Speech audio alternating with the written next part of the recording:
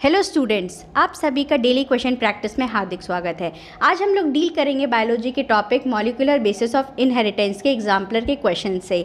जो लोग पहली बार हमसे इस लाइव वीडियो में जुड़े हैं उन सभी को मैं बता देना चाहती हूं कि डॉक्टर श्लोक केमिस्ट्री लाते हैं डेली क्वेश्चन प्रैक्टिस रोज़ रात 10 बजे। तो चलिए बिना डिले किए अपने क्वेश्चन प्रैक्टिस को स्टार्ट करते हैं और लेते हैं अपना पहला क्वेश्चन।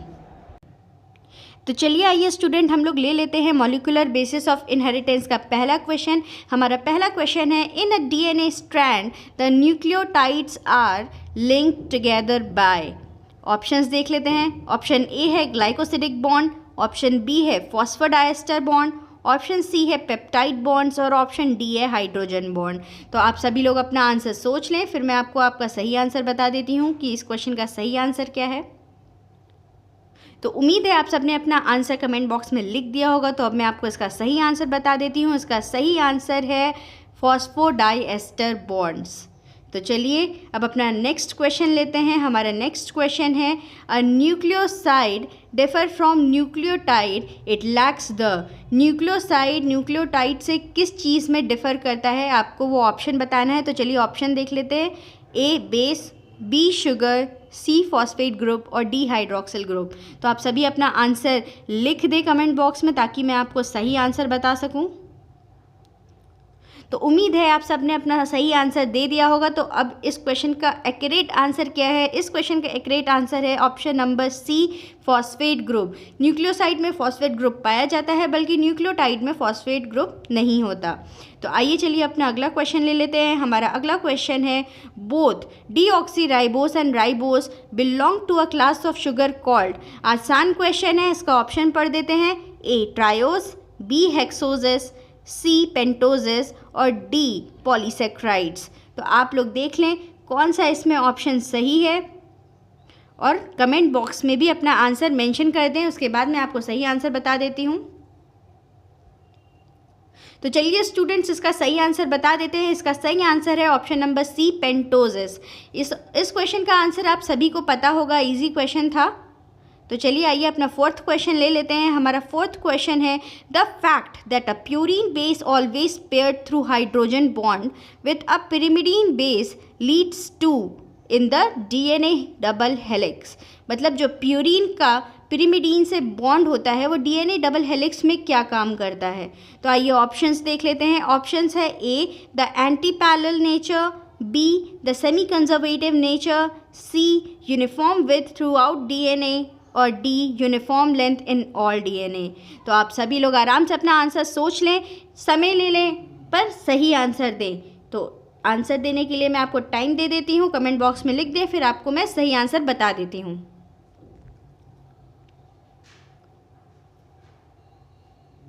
तो उम्मीद है आप सबने अपना सही आंसर दे दिया होगा। तो चलिए इसका सही ऑप्शन बता देते हैं। इसका सही ऑप्शन है option number C, uniform with throughout DNA. तो चलिए अपना अगला क्वेश्चन ले लेते हैं। हमारा अगला क्वेश्चन है, the net electric charge on DNA and histone is. Options देख लेते हैं। A both positive, B both negative, C negative and positive respectively और डी ज़ीरो। तो चलिए आप सभी अपना आंसर दे दीजिए। तो उसके बाद मैं आपको इसका सही आंसर बता देती हूँ। तो उम्मीद है आप सबने अपना सही आंसर दे दिया होगा। तो चलिए इसका सही आंसर बता दिया जाए। इसका सही ऑप्शन है option number C, negative and positive respectively. तो चलिए आइए बढ़ते हैं अपने अगली क्वेश्चन की ओर। हमारा अगला क्वेश्चन है क्वेश्चन नंबर 6। तो देख लेते हैं क्वेश्चन क्या है। The promoter site and the terminator site for transcription are located at. तो चलिए ऑप्शंस देख लेते हैं। इसके ऑप्शंस क्या हैं।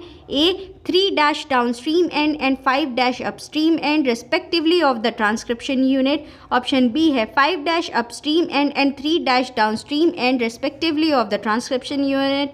सी ऑप्शन है द 5 अपस्ट्रीम एंड और डी ऑप्शन है द 3 डाउनस्ट्रीम एंड। तो आप सभी लोग अपना आंसर सोच लें। जो आंसर आपको सही लगता है उसे कमेंट बॉक्स में बता दें, फिर मैं आपको सही आंसर बता देती हूँ।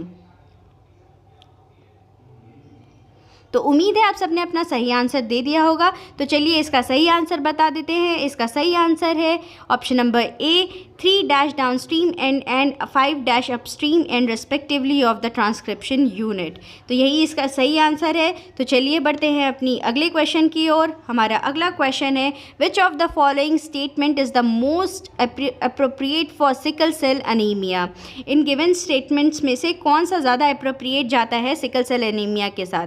तो चलिए ऑप्शंस देख लेते हैं। It can not be treated with iron supplements. Option number B देख लेते हैं, it is a molecular disease. Option number C देख लेते हैं, it confers resistance to acquiring malaria. और ऑप्शन नंबर डी है ऑल ऑफ द अबव। तो चलिए देख लेते हैं कि इसका सही ऑप्शन क्या है। पहले आप अपना आंसर दीजिए, फिर मैं आपको इसका सही आंसर बता देती हूँ। तो उम्मीद है आप सबने अपना सही आंसर दे दिया होगा। तो इसका सही आंसर है ऑल ऑफ दी अबव।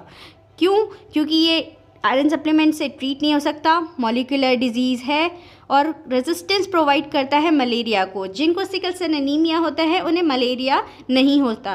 तो चलिए हम अपना अगला क्वेश्चन ले लेते हैं। हमारा अगला क्वेश्चन है question number 8, one of the following is true with respect to AUG। तो चलिए इसके ऑप्शंस देख लेते हैं। ऑप्शंस है A, it codes for methionine only. B, it is also an initiation codon. Option number C, it codes for methionine in both prokaryote and eukaryote. Option number D all of the above. तो आप सभी अपना answer दे दें comment box में, ताकि मैं आपको सही ऑप्शन, इसका सही आंसर बता सकूं। तो चलिए उम्मीद है आप सबने अपना सही आंसर दे दिया होगा। तो इस क्वेश्चन का सही आंसर है ऑल ऑफ द अबव। इसको मेथियोनिन भी कहते हैं, ये एक इनिशिएशन कोडॉन भी है, और इसको मेथियोनिन ही कहते हैं प्रोकैरियोट में भी और यूकैरियोट में भी। तो चलिए आइए अपना अगला क्वेश्चन देख लेते हैं। हमारा अगला क्वेश्चन है question number 9, the first genetic material could be. तो ऑप्शंस देख लेते हैं। ऑप्शंस क्या क्या क्या हैं। Option number A protein, option number B carbohydrates, option number C DNA और ऑप्शन नंबर डी RNA। तो चलिए देख लेते हैं कि हमारा इसका सही आंसर क्या है। इससे पहले आप अपना आंसर दे दें कमेंट बॉक्स में। तो इस क्वेश्चन का सही आंसर है ऑप्शन नंबर डी RNA। चलिए आइए हम लोग अपना अगला क्वेश्चन ले लेते हैं। हमारा अगला क्वेश्चन है, with regard to mature mRNA in eukaryotes. मतलब हमें mRNA के रेस्पेक्ट में कॉन्टेक्स्ट दिए गए हैं, ये इनमें से एक सेलेक्ट करना है। तो ऑप्शन नंबर ए है, exons and introns do not appear in the mature RNA। Option number B है, exons appear but introns do not appear in the mature RNA। Option number C है, introns appear but exons do not appear in the mature RNA। Option number D है, both exons and introns appear in the mature RNA। आप सभी अपना answer दे दें, फिर मैं आपको सही आंसर इसका बता देती हूँ। तो चलिए आइए इसका सही आंसर देख लेते हैं। इसका सही आंसर है option number B, exons appear but introns do not appear in the mature RNA।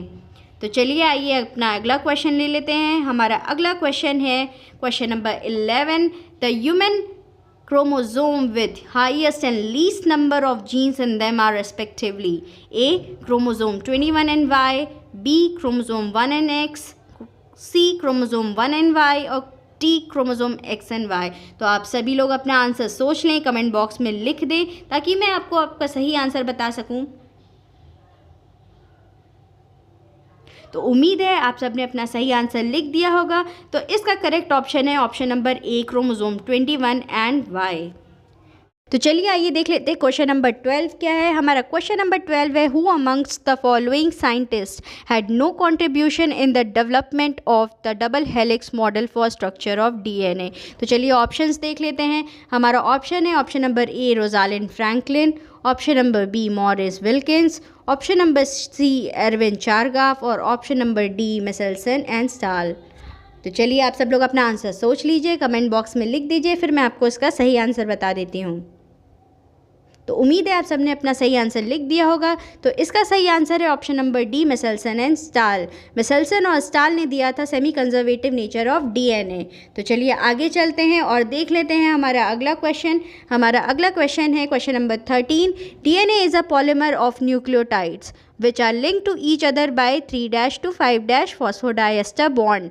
To prevent polymerization of nucleotides, which of the following modification would you choose, मतलब अगर आप पॉलीमराइजेशन नहीं कराना चाहते हैं न्यूक्लियोटाइड का तो इनमें से आप कौन सा ऑप्शन सेलेक्ट करेंगे।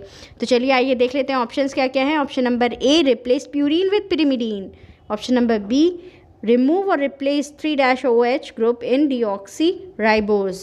Option number C, remove or replace 2-OH group with some other group in deoxyribose। और option number D, both B and C।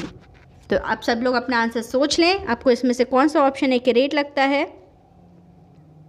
तो चलिए ये आपको सही आंसर बता दिया जाए। इसका सही आंसर है ऑप्शन नंबर बी, रिमूव और replace 3-OH group in deoxyribose. तो चलिए आइए देख लेते हैं अपना क्वेश्चन नंबर 14। हमारा क्वेश्चन नंबर 14 है, discontinuous synthesis of DNA occurs in one strand because. तो चलिए ऑप्शन देख लेते हैं। ऑप्शन है हमारा A, DNA molecule being synthesized is very long. Option number B, DNA dependent DNA polymerase is catalyzes polymerization only in one direction। Option number C, it is a more efficient process। और option number D, DNA ligase has to have a role। तो चलिए आइए देख लेते हैं इसका कौन सा ऑप्शन सही है। पहले आप लोग अपना आंसर कमेंट बॉक्स में लिख दें। तो उम्मीद है आप सबने अपना आंसर कमेंट बॉक्स में लिख दिया होगा। तो इसका सही ऑप्शन देख लेते हैं। इसका सही ऑप्शन है option number B, DNA dependent DNA polymerase catalyses polymerisation only in one direction 5-to 3-N। तो चलिए हम लोग फिर से चलते हैं क्वेश्चन नंबर 15 पे। हमारा क्वेश्चन नंबर 15 है, which of the following steps in transcription is catalysed by RNA polymers. तो ऑप्शंस देख लेते हैं। ए, इनिशिएशन, बी, इलोंगेशन, सी, टर्मिनेशन और option number D, all of the above. तो आप लोग अपना आंसर सोच लें, आप लोगों को कौन सा आंसर सही लगता है इसमें। तो उम्मीद है आप सबने अपना आंसर सोच लिया होगा। तो मैं आपको सही आंसर बता देती हूँ। इसका सही आंसर है ऑप्शन नंबर बी, इलोंगेशन। तो चलते हैं अपने क्वेश्चन नंबर 16 की ओर। हमारा क्वेश्चन नंबर 16 है, control of gene expression takes place at level of.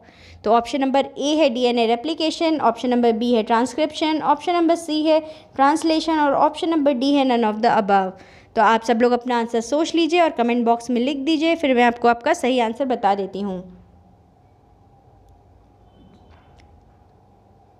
तो उम्मीद है आप सबने अपना सही आंसर सोच लिया होगा। तो इसका सही आंसर है ऑप्शन नंबर बी, ट्रांसक्रिप्शन।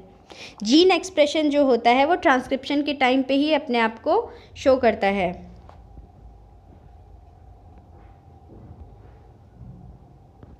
तो चलिए अपना अगला क्वेश्चन ले लेते हैं। उम्मीद है आपको ये क्वेश्चन समझ में आ गया होगा। हमारा अगला क्वेश्चन है question number 17, regulatory proteins are the accessory proteins that interact with RNA polymerase and affect its role in transcription. Which of the following statement is correct about regulatory protein. तो चलिए options पढ़ देते हैं। They only increase expression, they only decrease expression, they interact with RNA polymerase but do not affect the expression। Option number D, they can act both as activators and as repressors। फिर से question पढ़ देते हैं। Regulatory proteins are the accessory proteins that interact with RNA polymerase and affect its role in transcription। Which of the following statement is correct about regulatory protein। आपको इन statements में से सही statement बताना है जो रेगुलेटरी प्रोटीन के साथ जाता है। तो आप ऑप्शंस फिर से देख लीजिए। अगर आपको कोई ऑप्शंस इसमें सही लगता है तो उसे कमेंट बॉक्स में बता दीजिए ताकि मैं आपको सही आंसर बता दूं। तो चलिए आइए देख लेते हैं कि इसका सही आंसर क्या है। इसका सही आंसर है option number D, they can act both as activators and as repressors. तो चलिए आइए देख लेते हैं अपना क्वेश्चन नंबर 18। हमारा क्वेश्चन नंबर 18 है, which was the last human chromosome to be completely sequenced. तो आइए ऑप्शन देख लेते हैं। हमारा ऑप्शन है A, chromosome 1, B, chromosome 11, C, chromosome 21 और डी, क्रोमोजोम एक्स। तो आप सभी लोग अपना ऑप्शन सोच लीजिए। आप लोगों को जो आंसर सही लगता है वो कमेंट बॉक्स में लिख दीजिए, फिर मैं आपको सही आंसर बता देती हूँ। तो उम्मीद है आप सबने अपना आंसर लिख दिया होगा। तो इसका सही आंसर है ऑप्शन नंबर ए, क्रोमोजोम 1। तो चलिए अपना अगला क्वेश्चन देख लेते हैं। हमारा अगला क्वेश्चन है question number 19, which of the following are the functions of RNA. तो देख लीजिए ऑप्शंस में कौन सा आरएनए के फंक्शंस में आता है। तो चलिए ऑप्शन नंबर ए देख लेते हैं। It is a carrier of genetic information from DNA to ribosome synthesising polypeptides. B, it carries amino acids to ribosome. Option number C, it is a constituent component of ribosomes. Option number D, all of the above.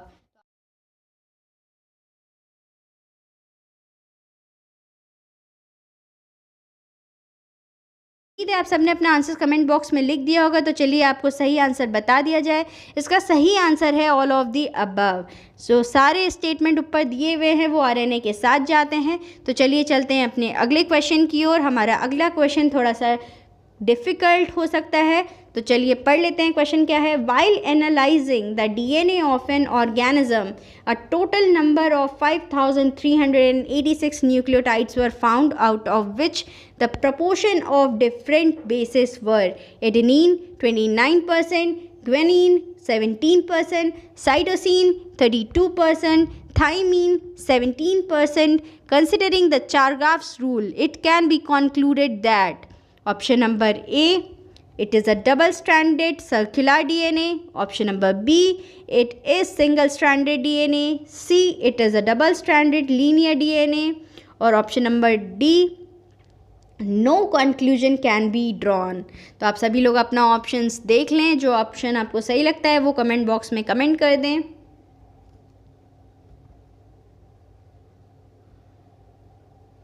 तो चलिए आइए इसका सही answer बता देते हैं। इसका सही आंसर है it is single stranded DNA, क्योंकि इनमें से कुछ चीज़ें हैं जो चारगाफ रूल के अकॉर्डिंग नहीं जाती, तो इस वजह से इसका ऑप्शन नंबर बी है। तो चलिए अपना अगला क्वेश्चन देख लेते हैं। हमारा अगला क्वेश्चन है 21। इन सम virus DNA is synthesized by using RNA as template.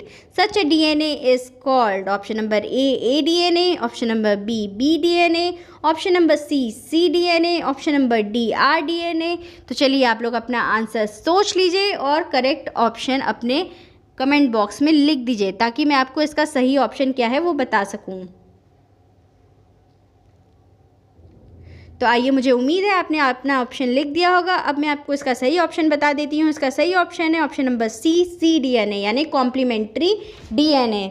तो चलिए आइए अपना अगला क्वेश्चन ले लेते हैं। हमारा अगला क्वेश्चन है 22। If Meselson and stall experiment is continued for 4 generations in bacteria, the ratio of 15N by 15N is to 15N by 14N is to 14N by 14N containing DNA in the 4th generation would be option number A, 1:1:0, B, 1:4:0, option number C, 0:1:3, option number D, 0:1:7। तो आप सभी लोग अपना option सोच लें, दिमाग लगाएं कि इसमें कौन सा ऑप्शन सही हो सकता है। तो मुझे उम्मीद है आप सबने आंसर सोच लिया होगा। तो इसका सही आंसर है 0:1:7। तो चलिए आइए अपना क्वेश्चन नंबर 23 देख लेते हैं क्या है। If the sequence of nitrogen bases of the coding strand of DNA in a transcription unit is ATGAATG, the sequence of bases in its RNA transcript would be। चलिए ऑप्शंस देख लेते हैं। Option number A है AUG।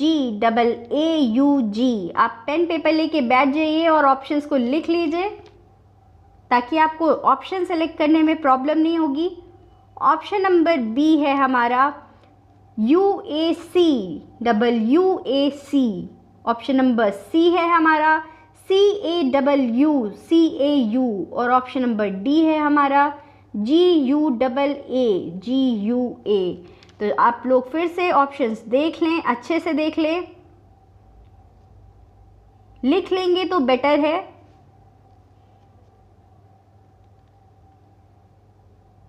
Coding strand भी देख लीजिए।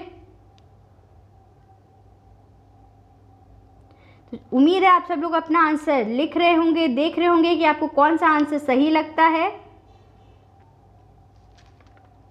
तो चलिए इसका सही आंसर बता देते हैं। इसका सही आंसर है ऑप्शन नंबर ए, AUG। तो चलिए ये अपना क्वेश्चन नंबर 24 देख लेते हैं। हमारा क्वेश्चन नंबर 24 है the RNA polymerase holoenzyme transcribes. Option number A है the promoter, structural gene and the terminator region. Option number B है the promoter and the, option number C है the structural gene and the terminator region. Option number D है the structural gene only. उम्मीद है आप सब लोग अपना option सोच रहे होंगे।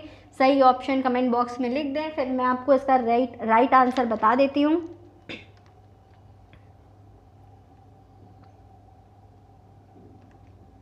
तो इसका राइट आंसर है option number C, the structural gene and the terminator region. तो चलिए अपने अगली क्वेश्चन की ओर चलते हैं। हमारा अगला क्वेश्चन है question number 25। If the base sequence of a codon in mRNA is 5AUG, the sequence of tRNA pairing with it must be option number A 5UAC3, B 5CAU3, option number C 5AUG3 और question number D 5GUA3। तो आप सब लोग अपना option देख लें जो आपको सही लगता है। क्वेश्चन दोबारा पढ़ लें, ऑप्शन दोबारा देख लें और आंसर कमेंट बॉक्स में लिख दें। तो उम्मीद है आप सबने अपना सही आंसर सोच लिया होगा। तो इसका करेक्ट आंसर है ऑप्शन नंबर ए 5UAC।